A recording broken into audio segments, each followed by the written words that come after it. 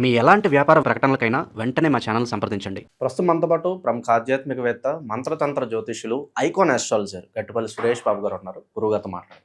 నమస్కారం గురుగారు. జై శ్రీమన్నారాయణ. సో గురుగారు, మార్చ్ మాసం విశేషంగా కర్కాటక రాశి వాళ్ళకి ఎటువంటి ఫలితాలు ఉండబోతున్నాయి? 3వ తారీఖు సంభవించే చంద్రగ్రహణం తాలూకు ఇంపాక్ట్ ఎన్ని రోజులు వీళ్ళ మీద ఉంటుంది? వీళ్ళకి అది ప్లస్ మైనస్? ఉగాది రోజు ఏం చేసుకుంటే విశేషంగా వీళ్ళకి కలిసి వస్తుంది అంటారు? ముఖ్యంగా కర్కాటక రాశి వారికి ఈ యొక్క మార్చి మాసం 3వ తారీఖున ఏర్పడేటువంటి గ్రహణం ఏదైతే ఉందో, ఈ గ్రహణానికి సంబంధించిన అశుభ దృష్టి అనేది అశుభ దృష్టి అనుకోవాలి. కర్కాటక రాశి వారికి ఇప్పుడిప్పుడే పుట్టి పెరిగి పెద్ద అయ్యేసి నేను కూడా ఉన్నానని గుర్తించే దేశానికి ఇప్పుడిప్పుడే చూస్తూ ఉన్న మార్కెట్లో కర్కాటక రాశి వాళ్ళు కూడా నేను ఉన్నాను అని గుర్తింపు తెచ్చుకునే దానికి ఉన్నారు. 32 సంవత్సరాల లోపు ఉన్నటువంటి యువత అంతా కూడా ఈ మధ్యన రాజకీయ రంగాల్లోనూ, సినీ రంగాల్లోనూ, వ్యాపార వృద్ధిలోను, మార్కెటింగ్ రంగాల్లో, బ్యాంకింగ్ సెక్టార్లో అక్కడక్కడ చూస్తున్నాం కర్కాటక రాశి వారిని. రియల్ ఎస్టేట్లో అయితే దూచుకుపోతున్నారు కర్కాటక రాశి వారు. ఇంతకుముందైతే ఘోరంగా జరిపిన అండర్ గ్రౌండ్కి వెళ్ళిపోయినారు. కానీ ఇప్పుడు 2025 నుంచి కూడా కొంచెం గ్రహాలన్నీ కూడా సానుకూలంగానే ఉంటుంది. కర్కాటక రాశి వారికి కొంత పర్లేదు అనుకోవచ్చు. ఇక రేపు 2026 సంవత్సరంలో జూలై ఆగస్టులో మనకి గురువు కూడా కర్కాటక రాశిలోకి వచ్చేస్తున్నాడు. కాబట్టి ఇంకొంచెం బాగుంటుంది వీరికి. కాకపోతే ఇక వీరికి ఏంటంటే కనుక ఎక్కడేసి ఇంకొకటి అక్కడే అన్న విధంగానూ ఇప్పుడు గ్రహణం ఒకటి ఏర్పడింది. ఏది మార్చి 3వ తారీఖున సంపూర్ణ చంద్రగ్రహణం ఒకటి ఏర్పడింది సింహరాశిలో. దానికి ఒక ఇబ్బందులు అనేది కర్కాటక రాశి వారికి తప్పదు. ఎందుకంటే కనుక కర్కాటక రాశిని చూసుకుంటే 2వ స్థానం అయింది, సింహరాశి నుంచి చూసుకుంటే 12వ స్థానం అయింది. అటు నుంచి చూసుకుని ఇటు నుంచి చూసుకున్నా కూడా కర్కాటక రాశి వారికి దెబ్బ పడిందిరా అన్నట్టుగా ఉంటుందన్నమాట. కాబట్టి కొంచెం ఆలోచించుకొని చేసుకోవాలి. ఇంట్లో వీరికి ఉండేటువంటి ఇబ్బందులు ఏంటంటే ఈ గ్రహణం వలన ఇంట్లో తగాదులు అవుతాయి. భార్యతోనో, చెల్లి అక్కతోనో, అమ్మతోనో ఇలాంటి వారు ఉన్నాయి కనుక ఇంట్లో గొడవలు అవటం, ఇంట్లో ప్రశాంతంగా ఉండలేము. ఆర్థికపరమైన ఇబ్బందులు, ఎప్పుడు కూడా స్ట్రెస్, ఏదో ఆలోచన ఉంటుంది, ముందుకు వెళ్ళలేము అనమాట. ఆలోచనతో ఏం వెళ్తాం ముందుకి, ఏది చేసుకున్నా ముందుకు వెళ్ళదు. మనకి కాన్ఫిడెన్స్కి ఆలోచన రాదనమాట. వెనక వస్తుంది. ఇంట్లో సరిగా ఉండలేకపోవటం, స్ట్రెస్ అవ్వటము, వాస్తు ప్రకారం ప్రాబ్లం రావటం, ఎంత చేసినా కూడా వారికి పేరు ప్రఖ్యాత రాకపోవటం, ఇంతేనా అంటే ఎంత ఇచ్చినా ఇంతేనే ఉంటుంది. మరి ఇక అట్లాంటివి ఉండటం లాంటివి జరుగుతూ ఉంటాయి అనమాట. అనుకుంటారు ఇంతకుముందు ఏమి లేనప్పుడు కూడా బాగానే ఉంది, ఇప్పుడు వస్తున్నా కూడా ఏంద్రా బాబు కర్మ అనుకుంటారు. కాబట్టి కర్కాటక రాశి వారికి ఒక అదృష్టం ఉంది గ్రహణం ద్వారా. 2వ స్థానంలో గ్రహణం కాబట్టి అన్నతమ్ముళ్ళ కనుక ఆస్తి తగాదలున్నా, అక్కా చెల్లెల మధ్య విరోధాలున్నా తీరిపోతాయి. ఇదొకటైతే మంచి జరుగుతుంది. మంచి కుటుంబం అన్యోన్యంగా ఉండేటువంటి ఉమ్మడి కుటుంబంగా అయ్యేటువంటిది అయితే బాగా కనిపిస్తుంది. అలాంటివి చూసుకోవాలి. కాకపోతే వీరు గ్రహణానికి సంబంధించిన దోషాలు పరిహారం చేసుకోవాలి. అదేంటి తెలుసా? పరిహారం వచ్చేసి పంచామృత అభిషేకం శివాలయంలో ఖచ్చితంగా చేయాలి. సుబ్రహ్మణ్య స్వామికి, అయ్యప్ప స్వామి వారికి, కుమారస్వామి వారికి, లేదు అంటే కనుక నాగపడిగలకి, మానసదేవ అమ్మవారికి, లేదు అంటే కనుక శివాలయంలో శివభగవానుడికి, వినాయక స్వామి వారికి, వీరిలో సమీప దూరంలో ఏ ఆలయం ఉన్నా సరే పాలు, ముఖ్యంగా పాలు, కొబ్బరి నీళ్లు, ఈ రెండితో అభిషేకం చేయాలి. పాలు, షుగరు లేదా తేనె, లేకపోతే కనుక మనకి చెరకు రసం, ఇవి తీసుకుని వెళ్ళి అభిషేకం చేస్తే ఈ గ్రహణానికి సంబంధించినటువంటి దోషం అనేది వారికి తొలగిపోతుంది. లేకపోతే కనుక ఆర్థిక పరంగా మనసు, మైండ్ ఒక దగ్గర ఉండవు, కుదురుగా ఉండవు. మనసు ఏమో అమెరికాలో ఉంటుంది, మైండ్ ఏమో ఇంకో దగ్గర ఉంటుంది. కాబట్టి అవన్నీ కూడా పటాపంచలైపోవాలి. మనం చేయాల్సిన పనులు ముందుకెళ్ళవు, అప్పులు బాధ అయిపోద్ది, ఆర్థికపరమైన ఇబ్బందులు ఉంటాయి, రోగాలు వస్తాయి, నొప్పులు వస్తాయి. రోగాలు ఎలాంటివి వస్తాయి? స్టమక్ రిలేటెడ్ సమస్యలు వస్తూ ఉంటాయి. ఈ తల పగిలిపోతుంది, శిరో బాధ అనిపిస్తూ ఉంటుంది అనమాట. సో కట్టుకున్నా కూడా ఆగదు, అది అంత బాధ అనేది అనమాట. ఒకప్పుడు మనకి ఒక యాడ్ వచ్చేది, రావణాసుడికి 10 తలకాయలు ఉంటే జెండుమో అమృతాంజనం వచ్చేది. ఈ 10 తలకాయలకి రాకుండా ఒక తలకాయకి రాసుకుంటే 10 తలకాయలు నొప్పి తగ్గేది. ఆ విధంగా జేబులోనేమో అనాసినో టాబ్లెట్ పెట్టుకోవాలి, ఆ పాకెట్ జేబులోనేమో అది జెండుమమ్మ అమృతాంజనమో శాస్త్రీయ భావమో పెట్టుకొని తిరగాలి. అలాగా ఉండే లేకుండా వీరి ఈ యొక్క పాలతో అభిషేకం అనేది చాలా ముఖ్యమైనటువంటి విషయం. ఈ పాలాభిషేకం అనేది ఖచ్చితంగా ఏదో స్వామివారికి అయితే చేయాలి.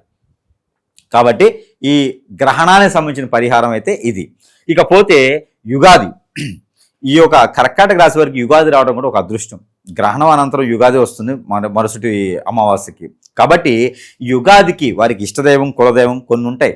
కర్కాటక రాశి వారికి ఒకటి గమనించుకోవాలి, వారికి కులదైవం అనేది ఖచ్చితంగా ఉంటుందండి.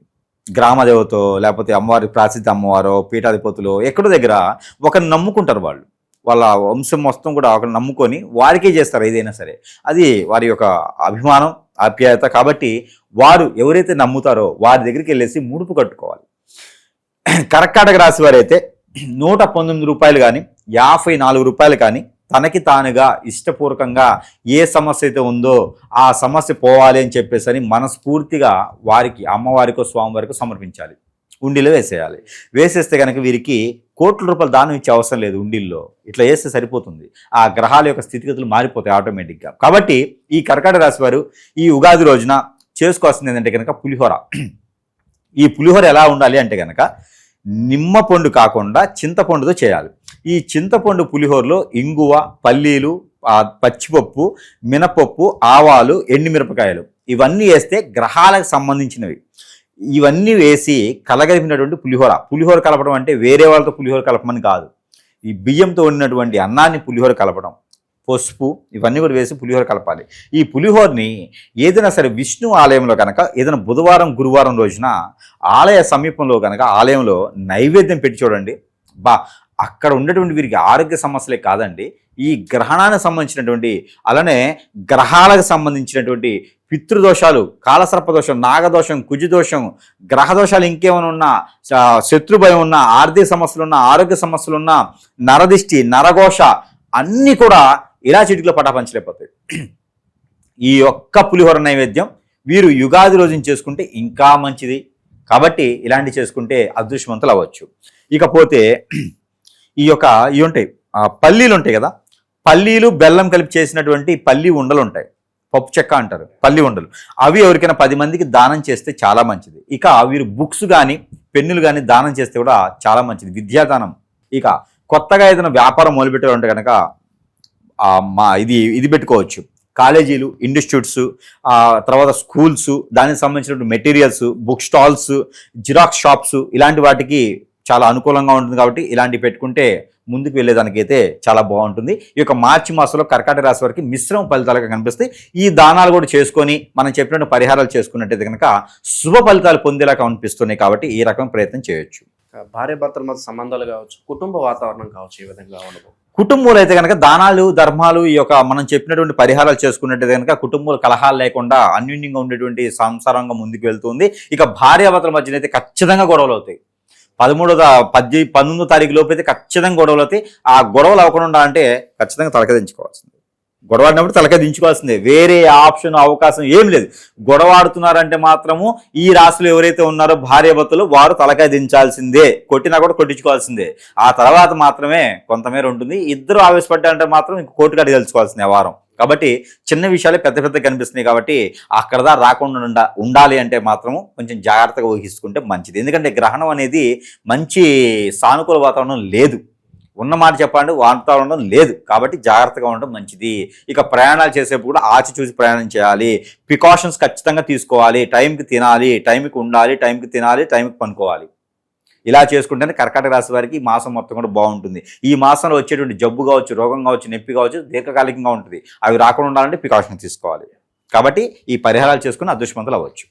గురుగారు, ఈ నరఘోష, నరదిష్టి ఎక్కువగా ఉండటం, అలాగే శత్రువులు అధికంగా వాళ్ళ నుంచి ఇబ్బందులు ఎదురవడము, అలాగే బాగుపడుతుంటే ఎదుటివాడి చూపు కావచ్చు, ఆ దృష్టి కావచ్చు, సో ఎక్కువగా ఈ కుళ్ళు కుతంత్రాలతో వాళ్ళని ఏదో చెడు క్రియలు చేపించడము, ఈ చేతబడులు ఇలా చాలా వరకు జరుగుతూ ఉన్నాయి. అలాగే భార్యాభర్తలు అన్యోన్యంగా ఉన్న కాపురాల్లో నిప్పులు పోసి వాళ్ళ మీద ఆశపడో వాళ్ళ వైపు మన వైపు తిప్పుకోవాలని ఏదో ఒకటి క్రియలు చేస్తున్నారు. అష్టదిగ్బంధనం పాలైపోయి ఎటు వెళ్ళాలో తెలియని స్థితిలో చాలామంది ఉంటున్నారు. మరి దీనికి పరిష్కారం ఏంటి? ఖచ్చితంగా ఈ రోజుల్లో పరిస్థితి ఎలా మారిపోయిందంటే కనుక ఒకళ్ళ మీద ఒకరికి వ్యసనం, దోషం, విక్రోతం అంతా కూడా ఎట్లా ఉందంటే వీరు నాశనం అవ్వాలని తప్పితే మనవాడు బాగుండాలి, మన పిల్ల బాగుండాలి అనేది ఎక్కడ లేదండి.